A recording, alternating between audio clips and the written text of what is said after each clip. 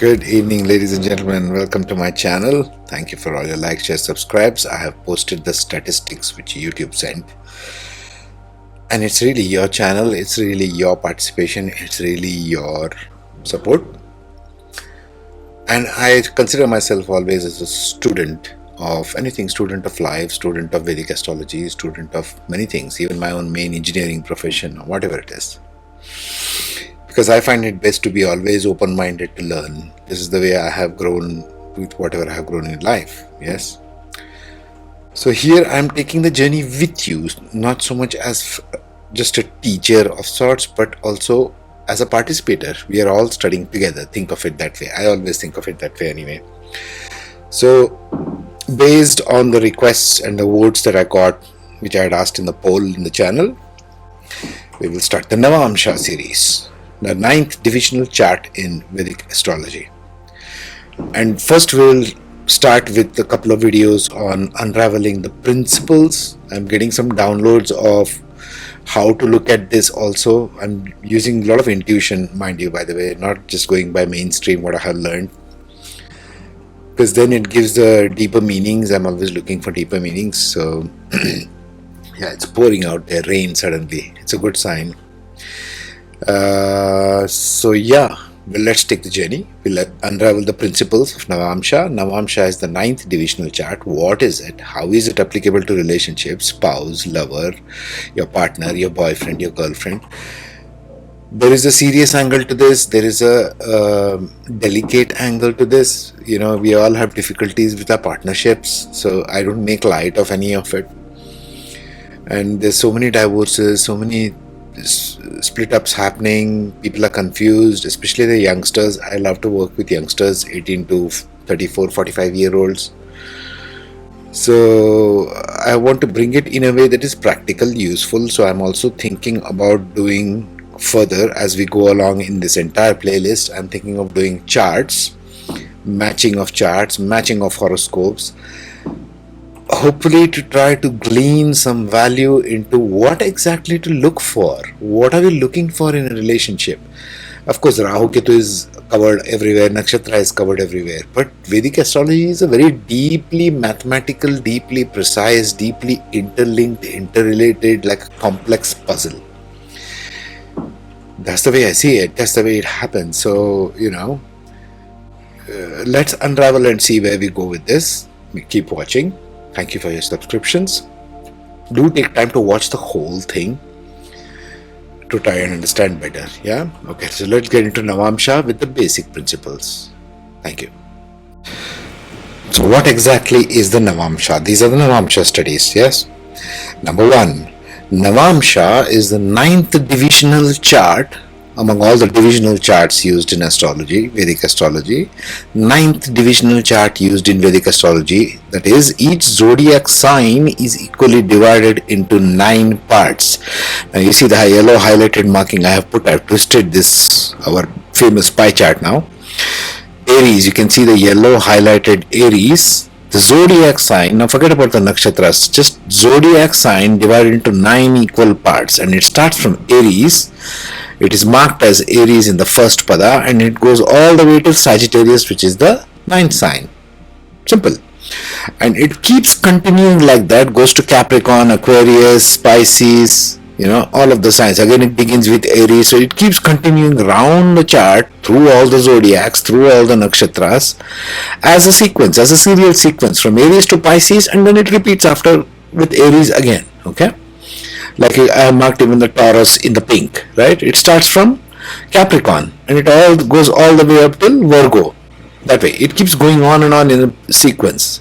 And then it all goes all the way back and up to Pisces and starts again with Aries, Taurus, Gemini, Cancer, Leo, etc. Okay? So it's the division of the zodiac, not the nakshatra. It's a division of the zodiac into 9 parts. The zodiac sign. So Aries is split into 9 equal parts, and each part is further divided into Aries, Gemini, Aries, Taurus, Gemini, Cancer, Leo, and so on. Okay. Each amsha means in Sanskrit a part. Nava means 9. Navamsha means 9 parts. Begins with Aries, continues in a sequence, example as indicated in yellow highlight. Aries begins with Aries and continues up till Sagittarius, the 9th part. And Taurus, the next one begins with Capricorn, one after one, 10th one. Next after Sagittarius, and go further till Virgo, and it goes on and on through all the circle. Yes, simple. Number 3, the concept behind the division or 9th division chart or any divisional chart, in this case 9th divisional chart because we're talking about Navamsha, is to get a zoom in view as if you're zooming into the 9th house, zoom in view of the particular house.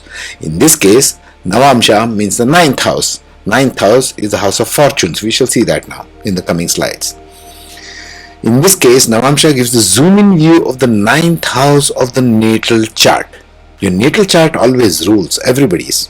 But Navamsha gives like, I want to zoom in and see more closely what this is about. That's Navamsha.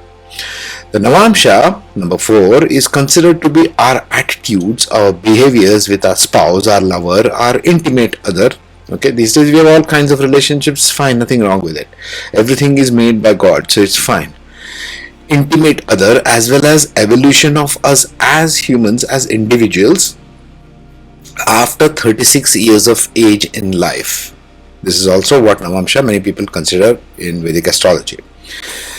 Now how this is applicable, how is not applicable, we shall see even with case studies further on. But let us see now, with the next slide, we will see with respect to the criticality of the 9th house.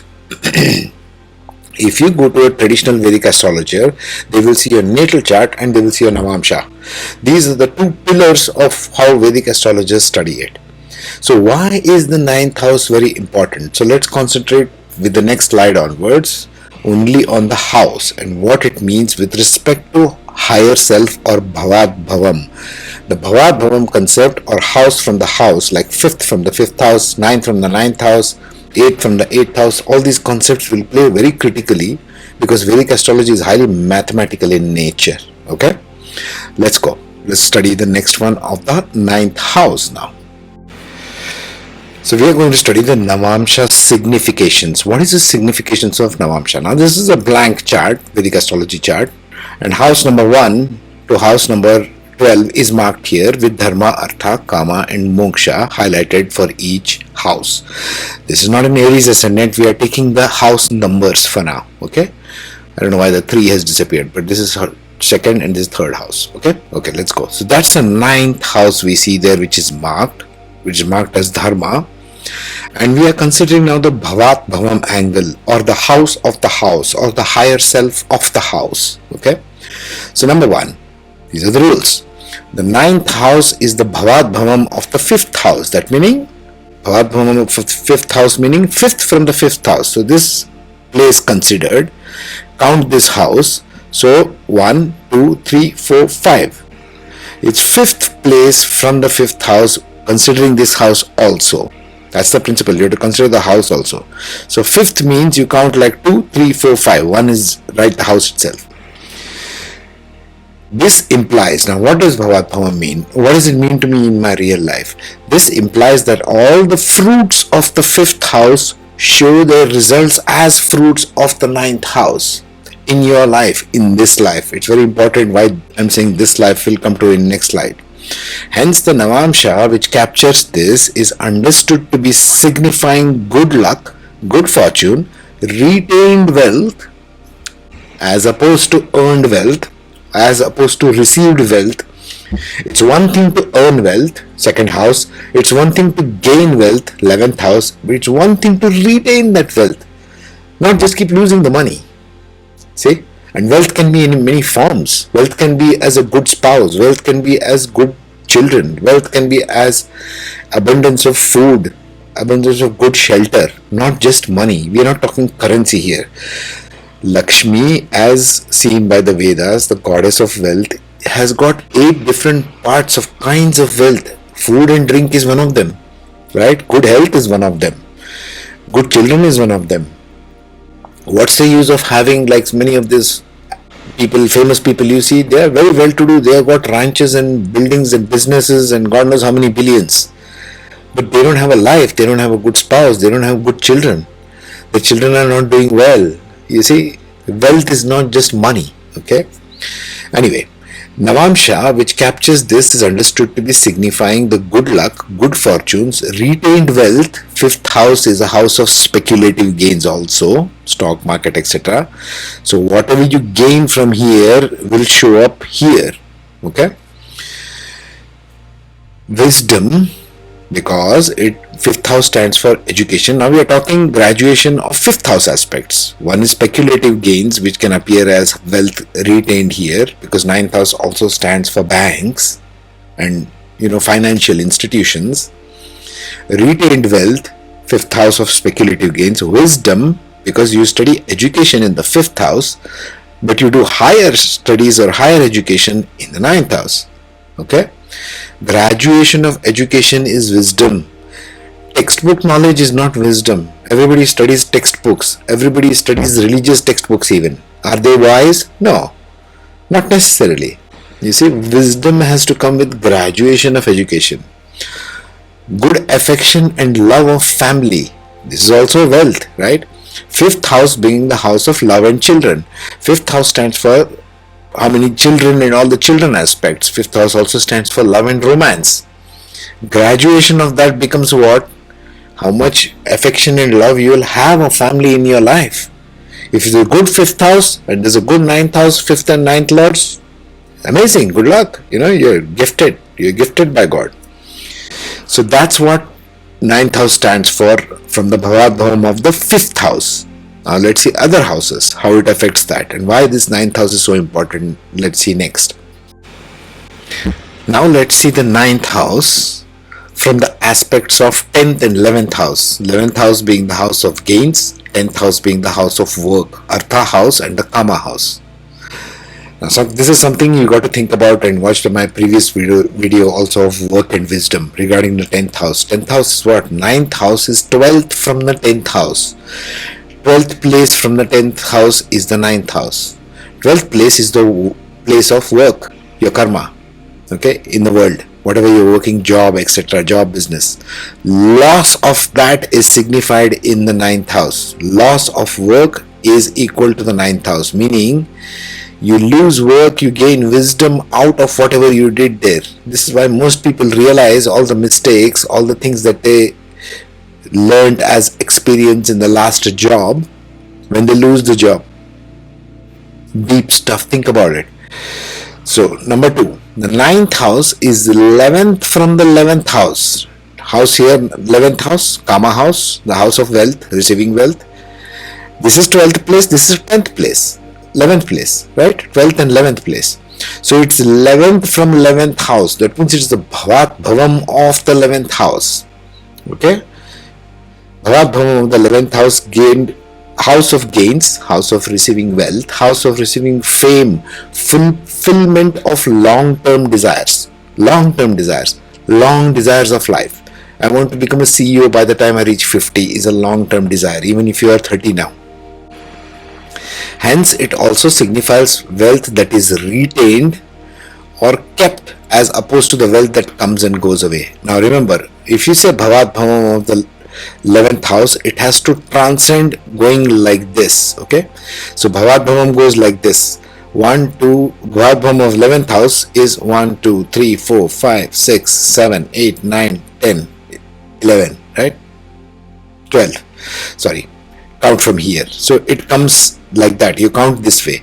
Remember, whenever you count Bhavat Bhavam this way, you go past death. That means it applies to future lives, next life, your next life after this, wherever it's going to be. That amount of wealth lands in the 9th house. Meaning what?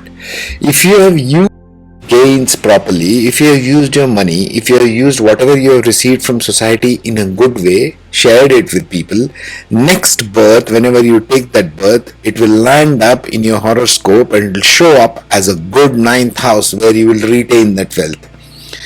This is why the Vedas stress that whatever you are using, whatever gains if you are getting, you should donate.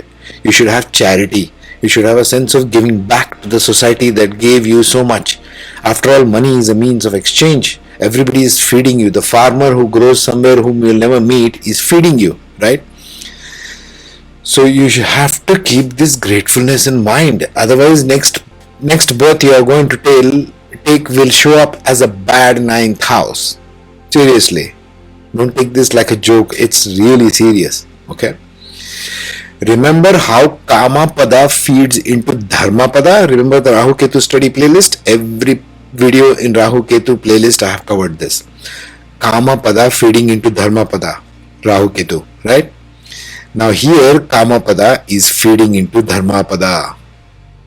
Think about that, okay? That's one. Let's see another aspect of how it relates to spouse, because we talk of Navamsha as spouse. We shall see this in case studies. So let's examine that. Another aspect of Bhavad Bhavam. What about the ninth house itself? What does Bhavad Bhavam of ninth house mean? Ninth place from the ninth house. Taking the ninth house. That means 1, 2, 3, 4, 5, 6, 7, 8, 9. Which is the fifth house. So ninth from the ninth house is the fifth house. Which means what? The Bhavad Bhavam of the ninth house feeds into the sixth house, but it crosses the 12th house, meaning whatever wisdom, wealth, good luck, gained wealth, if used properly, very big if, used properly in this life or not, will become the fuel of what is popularly called as Purva Punya Bhava, means whatever good deeds you did in the past life or not will show up in the fifth house aspects as good karma from past life or not in the fifth house. So if a person has a very damaged fifth house, that means the person has done very bad deeds in the last life. This is the last life with respect to the fifth house. Fifth house graduates into the ninth house in this lifetime. Whatever education, everything you get, whatever learning you get in this life, the fifth place from the fifth house goes into the ninth house in this life. Whereas ninth house, Bhavad Bhavam, is fifth house going into the next one. This is why Vedas place a lot of importance on doing good karma, doing good things, doing the right thing, gaining the right kind of knowledge, right kind of gurus, right kind of wealth, donating wealth to charity, helping others out. If you're not got so much of money, you can always help people out. You can even give 1 rupee to a child who is begging on the streets. Have some compassion, okay? That's what it means. That will show up as the good deeds of your next life. You'll be fortunate maybe in the next life. Is that okay with you? Number 2. The ninth house fortunes earned by choice, it's always your choice, in doing the right thought, right action in this lifetime will become the good luck factor in the soul's next life. We look at people and say, oh, this my friend is very lucky, or this one is very lucky, he's got a good father, he's got a good mother, he's got good education, blah, blah, blah, blah, blah. Doesn't mean anything. That means they have earned all of this from doing good deeds in the past life. Deep stuff, huh? Number 3. This is why it is crucial to examine the Lord of the 5th house and the Lord of the 9th house for their exaltation and debilitation. If you don't know what that means, look up my videos on exaltation, debilitation. It's there in the channel. It's nakshatra, look up the nakshatras. And the 7th aspect of those lords, meaning if the Lord is sitting here and look, it's looking 7th aspect of 9th house is 3rd house. It looks at that full strength. Okay, 7th aspect of the Lords, where it is playing, position, and how it wants to play 7th aspect, both in natal and Navamsha. Now we shall take, this is too detailed, I understand, we will take this in case studies. That's why it's important to understand by case studies. Now next let us see about the spouse aspect. Why is it termed as the spouse? And we'll take some intelligent, intuitive guesses about why that might be. Okay, next slide. So why is it related to spouse? Why spouse? The 9th house is 3rd from the 7th house, meaning this is the 7th house, house of spouse, house of your lover, house of your boyfriend, girlfriend, that's the 7th house. 3rd place from it is the 9th house. Now 3rd place from any house is the place of effort of that house, meaning whatever effort, energy, skills you put into developing a proper relationship with your wife, with your husband, with your lover, boyfriend, girlfriend, that effort will show up in the ninth house. The ninth house is third from the seventh house, spouse or lover. I've just put general, which means effort, third place from the house. This could mean any number of things. Effort is needed in any partnership of intimacy. You can't just expect miracles to work just because you fell in love with the person, okay? That's very childish, obviously. You have to work at the relationship. Third place from any house represents development of skill. The third house, the traditional third house, this guy. Okay, third house from any house represents the effort of that house. Third place from any house represents the development of skill and grows with time. It's called upachaya. That means it grows with time and practice. Relate that also to the relationship aspect. Means with time, with skill, with effort, your relationship will grow to nicer status, nicer kind of harmony. Okay. So the Lord of the seventh in relation to the Lord of the ninth and how they are interacting in natal and Navamsha is also crucial. Okay. The type of nakshatra, next point, the type of nakshatra of the seventh Lord. Remember Devgana, Rakshasagana. Okay, very, very crucial and very ignored by many astrologers. The type of nakshatra it is, meaning Deva, Rakshasa or Manusha. And the ninth Lord therefore determine what is the quality of interaction, for better or for worse. Like some people like to take oaths, wink wink. Okay, being both Devgana would be best, right? They are understanding more. Number 3. Natural benefics like planets like Jupiter, Venus, Moon and Mercury would also better to have in the 7th and the 9th house. Obviously, they are providing, let's say Venus is here and Jupiter is here. Very good positions, right? Or even Moon. Moon is a natural benefic. Venus is a natural benefic. Jupiter is a natural benefic. Even Mercury is kind of neutral depending upon how it plays. So I've stuck in Mercury because it's kind of neutral. Would be better to have in the 7th and 9th house in the above respects, while malefic planets like Rahu, Ketu, Mars or Saturn would begin discordant, sort of rubbing each other the wrong way, type of energy into partnership or relationship. Is that simple? Let's see another aspect of this one, which is the 8th house now. Now 8th house is over here and 9th house is +1, right? Second from the 8th house. So 1 plus this +1, second from this one house. 9th house is second from the 8th house. 8th house stands for change and transformation of anything, of life, of wealth, of partnerships. It can be of anything. 8th house is the house of change, which means the gain of the 8th house carries into 9th house. Any house +1 is the gain of that house. House of work, the 10th house for example, gain of work is gain of wealth. 11th house is the house of gains, 1 plus, right? You can keep on seeing that way. So 8th house, gain of 8th house comes to the 9th house, which could mean any number of things again, like more stability or not, because if 8th house has got Saturn in it, it will give a very stable aspect to the 8th house, less of fluctuations, for example. So there's more stability or not. If there's Mars stuck there, there is less stability. Mars is more dynamic planet. Of the 8th house would mean more stable wealth and more stable fortunes throughout life also. It could mean one of those things. Number 2. The type of nakshatra of the 8th house lord, wherever it sits, therefore would determine what is the quality of interaction, for better or for worse. Okay. Again, natural benefics like Venus, Mercury, Moon is better to have in the 8th and the 9th house. Okay?